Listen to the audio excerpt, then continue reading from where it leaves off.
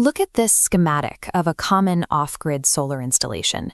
We have four 37.2-volt panels wired in series, feeding an MPPT charge controller with a strict 150-volt maximum input limit.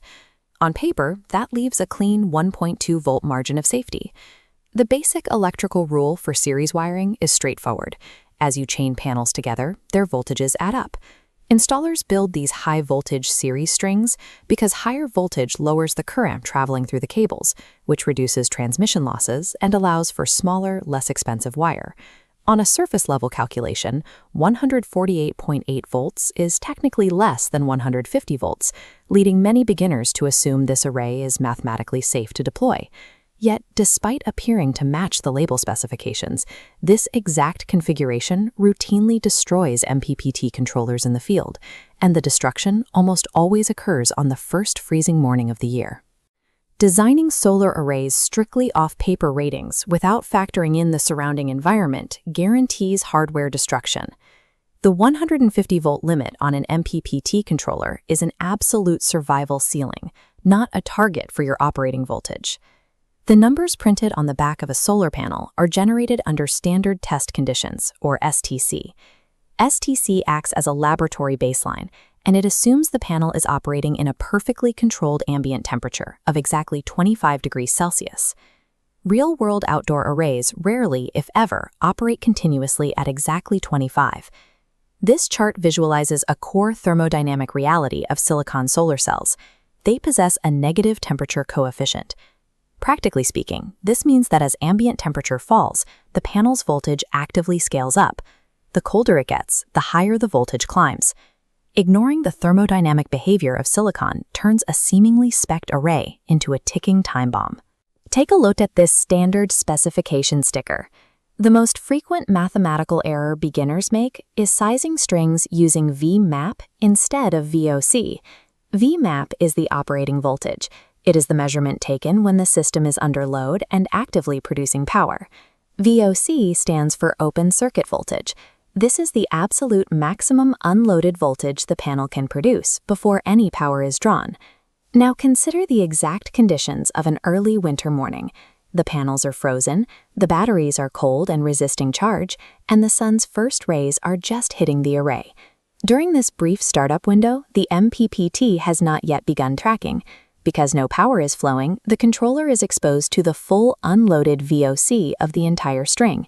The highest environmental voltage spike hits the charge controller precisely when it is sitting idle, unloaded, and completely vulnerable. To find exactly how high that spike will go, we calculate the real-world temperature-corrected voltage.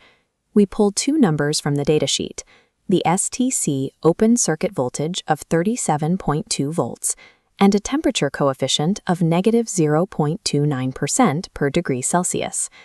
Next, we introduce the environmental shift. Let's say overnight temperatures drop from the 25-degree lab baseline down to freezing, which is 0 degrees Celsius. That difference gives us our delta T, which equals exactly 25 degrees. We multiply that 25-degree drop by the 0.29% coefficient to find the total voltage rise. The math yields a 7.25% total increase in array voltage. A very ordinary 25-degree temperature shift is mathematically severe enough to completely invalidate the standard ratings printed on the label. We apply that 7.25% increase back to the original 37.2-volt rating of a single panel. The temperature-corrected open circuit voltage is now 39.9 volts per panel. We then multiply this new 39.9-volt rating by the four panels wired in series. The controller is now being hammered by nearly 160 volts. This causes an instantaneous hardware failure. The controller breaks from excessive voltage pressure pushing through the input stage rather than an overcurrent event. The array the installer assumed was safe on paper was actually engineered to exceed the controller's absolute limit by nearly 10 volts. The immediate physical result of breaching that 150-volt limit is severe. The internal input stage MOSFETs are instantly destroyed. But blown capacitors and destroyed surge protectors are only the internal consequences of the error. Improper high-voltage string sizing introduces a severe external hazard, sustained DC arcing. Unlike AC arcs, which cycle through 0 volts and can extinguish themselves, high-voltage DC arcs sustain continuous current. They melt MC4 connectors and easily ignite electrical fires.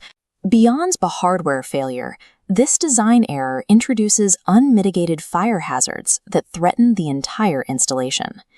To avoid this, professional installers rely on a strict design margin for 150-volt charge controllers.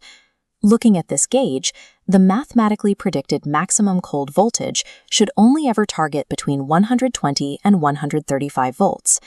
That 15 to 30 volt buffer isn't wasted potential. It is mandatory headroom to absorb manufacturing tolerances, digital meter inaccuracies, and edge-of-cloud irradiance spikes. The workflow is non-negotiable.